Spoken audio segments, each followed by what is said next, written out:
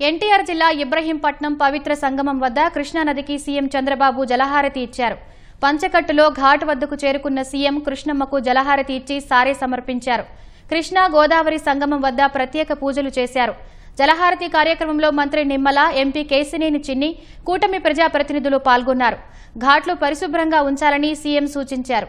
మెరుగైన వసతులు కల్పించి భక్తులకు ఇబ్బందులు కలగకుండా చర్యలు చేపట్టాలన్నారు.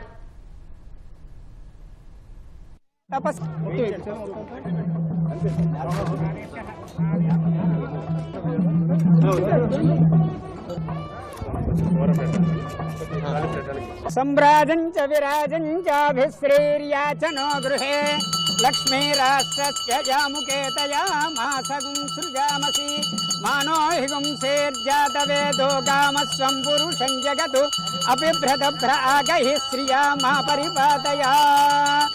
అఖండ కృష్ణవేణీ నద్యై నమః. సప్త గోదావరీ నదీ దేవతాయై నమః. పవిత్ర సంగమ ప్రదేశే కర్పూర దివ్యమంగళ నీరాజనం దర్శయామి. నమః పార్వతీపతయే. హర హర మహాదేవ.